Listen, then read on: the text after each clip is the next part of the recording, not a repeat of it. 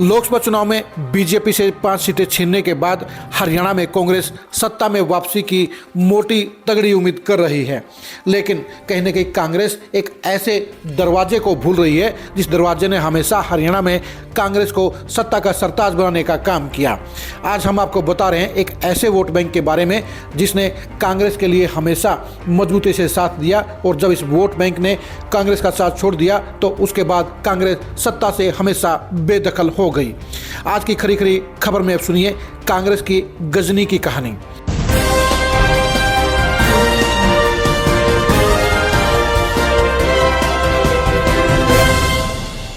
आज़ादी के बाद जब हरियाणा संयुक्त पंजाब का हिस्सा था तो उस समय हरियाणा के पहले मुख्यमंत्री बने गोपी चंद भार्गव, जो हिसार के रहने वाले थे। जब पंजाब से अलग होकर हरियाणा बना उस समय हरियाणा के जो पहले मुख्यमंत्री बने वो थे भगवत दयाल शर्मा। दोनों ही नेता ब्राह्मण समुदाय के थे, यानी आज़ादी के बाद से लेकर और 2014 तक हमेशा ब्राह्मणों ने कांग्रेस का साथ दिया और कांग्रेस की सरकार बनाने में हमेशा अहम योगदान देने का काम किया। यानी ब्राह्मण वोट बैंक एक ऐसा दरवाज़ा रहा जिसने कांग्रेस की जब जब खुलकर मदद की तब तक कांग्रेस सत्ता की सरताज बनी। लेकिन 2014 में ये वोट बैंक बीजेपी की तरफ शिफ्ट हो गया, क्योंकि बीजेपी ने 2014 में रामविलास शर्मा को मुख्यमंत्री बनाने की तस्वीर पेश की थी, जिसके चलते ब्राह्मण वोट बैंक बीजेपी के साथ शिफ्ट हो गया और इसी वजह से 2 बार हरियाणा में बीजेपी की सरकार भी बनी। आज की तारीख में 80% ब्राह्मण वोटर बीजेपी के साथ खड़े हैं। बेशक से सोनीपत सीट के ऊपर सतपाल ब्रह्मचारी कांग्रेस की टिकट पर एमपी बन गए हैं, लेकिन यह भी सच्चाई है कि सतपाल ब्रह्मचारी को भी महज 20% ब्राह्मणों ने ही वोट देने का काम किया। और यही वजह है कि सतपाल ब्रह्मचारी आज एमपी बनने के बाद भी नेता नहीं बने हैं। वो अपने हलके के 5 गांव में भी अपने बलबूते पर कांग्रेस को जितवा नहीं सकते हैं, और कांग्रेस के पास आज की तारीख में कोई भी ऐसा नेता नहीं है जो पूरे प्रदेश स्तर पर ब्राह्मण वोटरों को अपने साथ लामबंद करने की पोजीशन में रखता हो। हकीकत तो इतनी खराब है कि आज की तारीख में अंबाला, कुरुक्षेत्र, करनाल, हिसार, सिरसा, सोनीपत और भिवानी की 63 विधानसभा क्षेत्रों में से एक भी कांग्रेस के पास ब्राह्मण एमएलए नहीं है। कहने को आखिरी जो सीट जो नज़र आती है वो सीट नज़र आती है गन्नौर की, जहां से कुलदीप शर्मा चुनाव हार गए थे। कुलदीप शर्मा इस समय कांग्रेस के पास ब्राह्मणों के सबसे बड़े चेहरे हैं, लेकिन उनको भी हाशिए पर धकेल दिया गया है, जिसके चलते कांग्रेस के पास ब्राह्मणों को लुभाने के लिए कोई एक भी चेहरा नहीं है। 2019 में कांग्रेस के टिकट पर महज 2 ही ब्राह्मण एमएलए बने। पहले थे कुलदीप वत्स जो बादली से एमएलए बने, और दूसरे थे फरीदाबाद एनआईटी से नीरज शर्मा। लेकिन दोनों ही ये एमएलए कांग्रेस के बड़े ब्राह्मण चेहरा नहीं बन पाए। उनका अपने हलकों से बाहर कोई जनाधार नहीं है, कोई पकड़ नहीं है। यही वजह है कि कांग्रेस के मुकाबले में बीजेपी का पलड़ा ब्राह्मणों में भारी है। जहां कांग्रेस के तरफ सिर्फ आधा दर्जन दावेदार ही टिकट के लिए मजबूती से आगे खड़े हैं, वहीं बीजेपी विधानसभा चुनाव में तीसरी बार सरकार बनाने के लिए 1 दर्जन सीटों पर ब्राह्मण नेताओं को टिकट देने के बारे में गंभीरता से मंथन कर रही है। बीजेपी को इस बात का बखूबी एहसास है कि ब्राह्मण वोट बैंक अगर उसके साथ में खड़ा रहा तो उसकी सत्ता की उम्मीद मजबूती के साथ बरकरार रहेगी। हम आपको बताते हैं कि बीजेपी कौन कौन सी सीटों पर ब्राह्मण प्रत्याशियों पर गंभीरता से मंथन कर रही है। उसने जहां लोकसभा का चुनाव हारने के बाद मोहनलाल बरौली को प्रदेश अध्यक्ष बनाने का काम किया है, वही रामविलास शर्मा को भी बड़ी जिम्मेदारी देने की कोशिश तैयारी कर रही है। कार्तिकेय शर्मा को भी एमपी बनाने में बीजेपी ने सबसे अहम भूमिका निभाई। यानी बीजेपी ब्राह्मण वोटरों को अपने साथ रखने के लिए हर मुमकिन कोशिश कर रही है। आने वाले विधानसभा चुनाव में बीजेपी की टिकट जहां ब्राह्मणों को मिल सकती है उन सीटों के नाम हैं कालका से लतिका शर्मा, अंबाला सिटी से विनोद शर्मा। विनोद शर्मा अभी बीजेपी का हिस्सा नहीं है, लेकिन बीजेपी सीट जीतने के लिए उनके नाम पर भी गंभीरता से चर्चा कर रही है।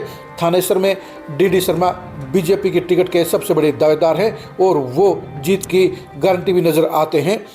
कलाई सीट के ऊपर विनोद निर्मल के ऊपर भी बीजेपी उम्मीद भरी नज़रों से देख रही है, क्योंकि वहाँ भी जाट और गैर जाट के चुनावी मुकाबले में विनोद निर्मल जिताऊ कैंडिडेट साबित हो सकते हैं।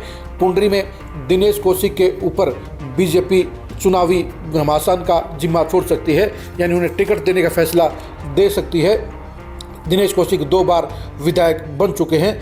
असंध में पूर्व विधायक जिलेराम शर्मा को बीजेपी की टिकट मिलने की पूरी संभावना है। जिलेराम शर्मा बीजेपी के टिकट के ऊपर वहाँ सबसे हैवीवेट चेहरे नजर आते हैं।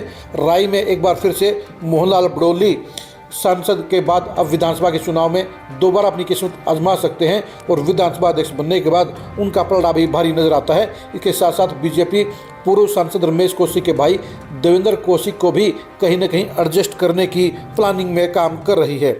जुलाना और बहादुरगढ़ के अंदर रोहतक के पूर्व सांसद अरविंद शर्मा को टिकट देने की तैयारी चल रही है।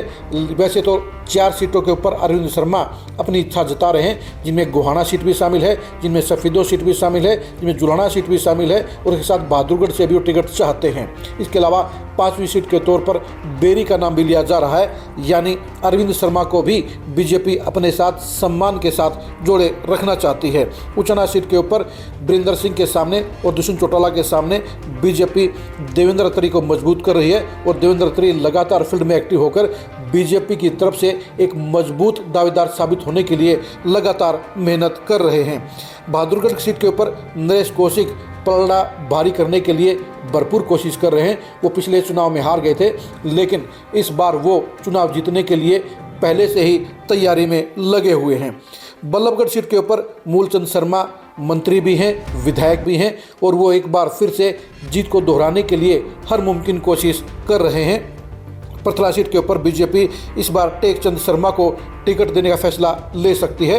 वो 2019 में भी टिकट के प्रबल दावेदार थे, लेकिन उनकी दावेदारी को ठुकरा दिया गया, जिसके चलते बीजेपी वहां से चुनाव हार गई थी। इस बार बीजेपी वहां से इस गलती को दोहराना नहीं चाहती और गलती को सुधारना चाहती है, इसलिए टेकचंद शर्मा को टिकट मिल सकती है। ये 12 सीटें और 12 नेता बीजेपी के तरफ से टिकटों के सबसे प्रबल दावेदार हैं और ये सारे के सारे जीत की कतार में भी शामिल हैं। इनमें से 12 में से मानकर चलिए कि 9 से 10 एमएलए बीजेपी के टिकट पर इस बार ब्राह्मण कोटे से बन सकते हैं, यानी बीजेपी ब्राह्मण वोटरों और ब्राह्मण नेताओं दोनों को ही पूरा सम्मान दे रही है, पूरा ख्याल रख रही है और ब्राह्मण वोट बैंक को अपने साथ जोड़ने के लिए वो 10 से 12 टिकटें ब्राह्मण नेताओं को देने का काम कर सकती है। वहीं कांग्रेस के पास दावेदारों की संख्या भी बेहद कम है। हम आपको पहले ये बताते हैं कि कांग्रेस की तरफ से इस समय जो टिकट मांग रहे हैं, जो मजबूत नेता हैं, उनके नाम कौन कौन से हैं। यमुनानगर सीट के ऊपर सतपाल कौशिक टिकट मांग रहे हैं। पेवा सीट के ऊपर स्वामी संदीप ओंकार टिकट की दावेदारी में लगे हुए हैं। गन्नौर सीट पर कुलदीप शर्मा एक बार फिर चुनाव लड़ने की तैयारी में है। बादली सीट पर कुलदीप वत्स दोबारा एमएलए बनने के लिए हर मुमकिन कोशिश करेंगे। हांसी सीट पर सुमन शर्मा टिकट की दावेदारी में नंबर 1 पर चल रहे हैं। भिवानी में पूर्व विधायक शिवशंकर भारद्वाज भी कांग्रेस की टिकट चाहते हैं और फरीदाबाद एनआईटी सीट पर नीरज शर्मा लगातार दूसरी बार चुनाव जीतने के लिए भरपूर कोशिश करते हुए नजर आएंगे। यानी जो 7 जो बड़े चेहरे इस समय कांग्रेस के पास हैं, उनमें से 2 मौजूदा विधायक हैं और बाकी के 5 दावेदार टिकट हासिल करने के लिए हर मुमकिन कोशिश कर रहे हैं। हम आपको बारी बारी आपको बताते हैं, सीट वाइज बताते हैं कि ये जो बाकी के 5 दावेदार हैं उनको टिकट क्यों नहीं मिलना चाहिए। यमुनानगर सीट के ऊपर पुराने समय से ही कांग्रेस के टिकटों के ऊपर कई ब्राह्मण विधायक बनते आए हैं।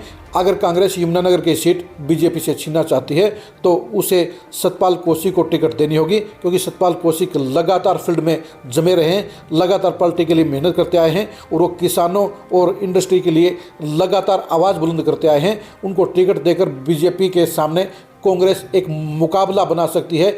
अगर सतपाल कौशिक के अलावा किसी और ब्राह्मण चेहरे को या किसी और नेता को टिकट देने का काम किया गया तो वहाँ पर फिर बीजेपी की जीत का रास्ता आसान हो जाएगा, क्योंकि आईएनएलडी के टिकट के ऊपर दिलबाग सिंह भी वहाँ मजबूत पोजीशन रखते हैं। अगर कांग्रेस ने वहाँ पर सतपाल कौशिक को टिकट दी तभी वहाँ पर ट्रायंगल फाइट बन पाएगी, वरना इस सीट के ऊपर सीधा मुकाबला बीजेपी और दिलबाग सिंह के बीच में होगा। पेवा सीट के ऊपर स्वामी संदीप ओंकार को टिकट देना कांग्रेस के लिए कई तरह से फायदेमंद हो सकता है। पहली बात तो यह है कि उनका 23,000 से 25,000 का जो वोट बैंक है वो कांग्रेस के टिकट पर जीत की गारंटी साबित होता है। इसके अलावा संदीप ओंकार के आश्रम के साथ और मंदिर के साथ जुड़े हुए हजारों श्रद्धालु पूरे इलाके में यानी लगभग 1 दर्जन विधानसभा सीटों के ऊपर कांग्रेस के पक्ष में मतदान कर सकते हैं, कांग्रेस से अतलामबंद हो सकते हैं, जिसके चलते कांग्रेस को 4 से 5 उन सीटों पर जीत में फायदा मिल सकता है जहां वो कांटे की टक्कर में फंसी हुई है। संदीप ओंकार को टिकट देकर पूरे उत्तर हरियाणा के ब्राह्मण ब्राह्मण समाज के अंदर भी बीजेपी के सामने कांग्रेस एक मजबूत मैसेज देने का काम कर सकती है। गन्नौर में कुलदीप शर्मा के अलावा कांग्रेस के पास कोई विकल्प नहीं है, उनको टिकट देना ही पड़ेगा। बीच में उनका मन खट्टा हो गया था, लेकिन भूपेंद्र हुड्डा ने उनको मनाने का काम कर लिया है और वो एक बार फिर से इस सीट को जीतने के लिए संघर्ष करते हुए नजर आएंगे। सिरसा और हिसार पार्लियामेंट के अंदर कांग्रेस के पास अगर सबसे मजबूत चेहरा आज की कोई तारीख में है तो वो सुमन शर्मा है। नगर परिषद के पूर्व चेयरमैन सुमन शर्मा जहां टिकट के मजबूत दावेदार हैं, वहीं जीत के भी वो प्रबल दावेदारी रखते हैं। सुमन शर्मा के जरिए पूरे हिसार जिले की 7 सीटों के ऊपर ब्राह्मण वोटरों में एक पॉजिटिव मैसेज कांग्रेस देने का काम कर सकती है। यानी एक टिकट के जरिए वो सिरसा, फतेहाबाद और हिसार तीनों ही जिलों में एक मजबूत मैसेज देकर ब्राह्मण वोटरों को अपने साथ जोड़ने का प्रयास कांग्रेस कर सकती है। भिवानी में शिवशंकर भारद्वाज पहले भी कांग्रेस के टिकट पर एमएलए बन चुके हैं। पिछली बार वो जेजेपी के टिकट पर चुनाव लड़े थे और नंबर 2 पर रहे थे। लगभग 35,000 वोट हासिल करके वो जीत के करीब पहुंच गए थे। इस बार कांग्रेस उनको टिकट देती है तो वो मजबूती से चुनाव लड़ने का काम करेंगे और जीत के करीब पहुँच भी सकते हैं। फरीदाबाद सीट पर एक बार फिर से नीरज शर्मा चुनाव लड़ेंगे। वो टिकट के मजबूत दावेदार हैं। जीत के लिए उन्हें एक बार पसीना बहाना पड़ेगा, क्योंकि लोकसभा चुनाव में वहां पर बीजेपी को 40,000 से ज़्यादा की लीड मिली थी।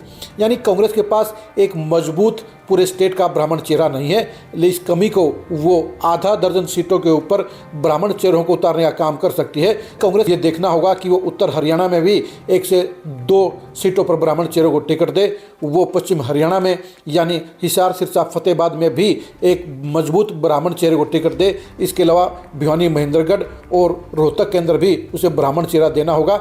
सोनीपत और रोहतक सीटों के ऊपर उनके पास कुलदीप शर्मा और कुलदीप वत्स के तौर पर 2 मजबूत ब्राह्मण चेहरे हैं, जिन्हें टिकट भी पक्की मिलेगी। लेकिन हम आपको बता दें कि अंबाला, कुरुक्षेत्र, करनाल, हिसार और सिरसा पार्लियामेंट की 45 सीटों पर ब्राह्मण वोटरों को बीजेपी से अपनी तरफ खींचने के लिए कांग्रेस को कम से कम 5 ब्राह्मण चेहरों को टिकट देनी पड़ेगी। उसके पास मजबूत दावेदार भी हैं और ऐसे में उन पर दांव लगाकर जहां कांग्रेस ये सीटें जीत सकती है, वहीं बीजेपी के पाले से ब्राह्मण वोटरों को खींचने का काम अंजाम दे सकती है। अगर ऐसा नहीं किया गया तो फिर ब्राह्मण वोटर बीजेपी के पाले में खड़े रहेंगे और ब्राह्मण वोटरों की 8% की संख्या कई सीटों के ऊपर चुनाव परिणाम को बीजेपी के पक्ष में करने का काम करेंगी। हम आपको एक बार फिर से बता दें कि हरियाणा की लगभग 2 दर्जन सीटों पर ब्राह्मण वोटर हार जीत के ऊपर सबसे ज़्यादा असर डालने का काम करते हैं। वो डिसाइडिंग फैक्टर हैं। बीजेपी उनकी इंपॉर्टेंस को समझती है, इसलिए 2014 से लेकर अब तक लगातार वो ब्राह्मणों को इंपॉर्टेंस देती आई है, सम्मान देती आई है, सत्ता में भागीदारी देती आई है, उन्हें सांसद और मंत्री बनाती आई है और वो 2024 में भी ऐसा ही करने वाली है। अब कांग्रेस के ऊपर डिपेंड करता है कि वो ब्राह्मण वोटरों को, ब्राह्मण नेताओं को इस चुनाव में बड़ी भागीदारी देने का काम करती है या नहीं करती है। अगर कांग्रेस ने 6 से 7 ब्राह्मण नेताओं को टिकट दे दिया तो वो फिर बीजेपी से 30 से 40% ब्राह्मण वोटरों को अपने साथ खींचने में सफलता हासिल हो कर सकती है। वरना 80 से 90% ब्राह्मण वोटर एक बार फिर से बीजेपी के तरफ खड़े रहेंगे और बीजेपी की तीसरी बार सरकार बनाने में एक अहम भूमिका निभाने का काम करेंगी। क्योंकि ये कहावत भी है कि ब्राह्मण अकेला वोटर नहीं होता, बल्कि उसके साथ में 3 से 4 और भी वोटर जुड़े होते हैं, जो साफ तौर पर कहा जा सकता है कि बनिए नेताओं और ब्राह्मणीय वोटरों की बराबरी करने का काम करते हैं। यानी पूरे के पूरे सामाजिक सिस्टम के अंदर बनिया और ब्राह्मण ही ऐसे वोटर हैं जिनके साथ में दूसरे वोटर जुड़े होते हैं और ऐसे में ब्राह्मण वोटरों को अगर कांग्रेस दोबारा लाने में सफल हो पाएगी तभी वो बीजेपी से सत्ता छीन पाएगी। वरना ब्राह्मण वोटरों के बिना बीजेपी सत्ता में बरकरार रह सकती है। ब्राह्मणों का आशीर्वाद अगर 80-90% बीजेपी के साथ रहा तो तीसरी बार हरियाणा में बीजेपी की सरकार बनेगी। और अगर कांग्रेस ने 30 से 40% ब्राह्मण वोटरों को अपने साथ शिफ्ट कर लिया तो उन हालात में फिर कांग्रेस सत्ता की प्रबल दावेदार बन सकती है। विधानसभा चुनाव में ब्राह्मण वोटरों और ब्राह्मण दावेदारों के इंप्रेशन को जानने के लिए आप खरी खरी न्यूज़ के साथ बने रहिए। ब्राह्मण वोटरों के कांग्रेस की सियासत, कांग्रेस की टिकटों के चयन में भागीदारी और चुनाव परिणाम पर उनके असर को जानने के लिए भी आप खरी खरी न्यूज़ के साथ बने रहिए। आप हमारे फेसबुक पेज को फॉलो कीजिए, आप हमारे यूट्यूब चैनल को सब्सक्राइब कीजिए। नमस्कार।